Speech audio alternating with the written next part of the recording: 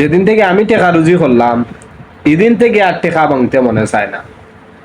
আর যখন বাফর টেকা নিয়া যে সময় দুমদাম করিয়া উড়াই, তখন ই টেকা টেকাও মনে হইছে না।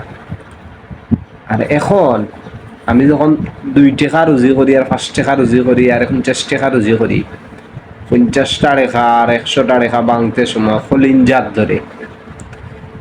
আর আগে যখন আমি 50 টাকা 100 টাকা আর 1000 টাকা আর 2000 টাকা যত টাকা হয় না করছিলে জানোর বাই চাইতাম না, তখন মনে হইতো ইটা টাকা দূর, ইটা টাকা খুলতেও নাই।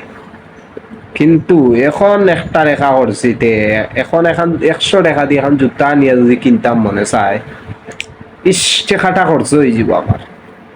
কিন্তু একটা জিনিস চিন্তা করে দেখছি, বাপ কি জিনিস এখন আরে আরে বুঝা যায় যে বাপর আসলে কি কষ্টের টাকা।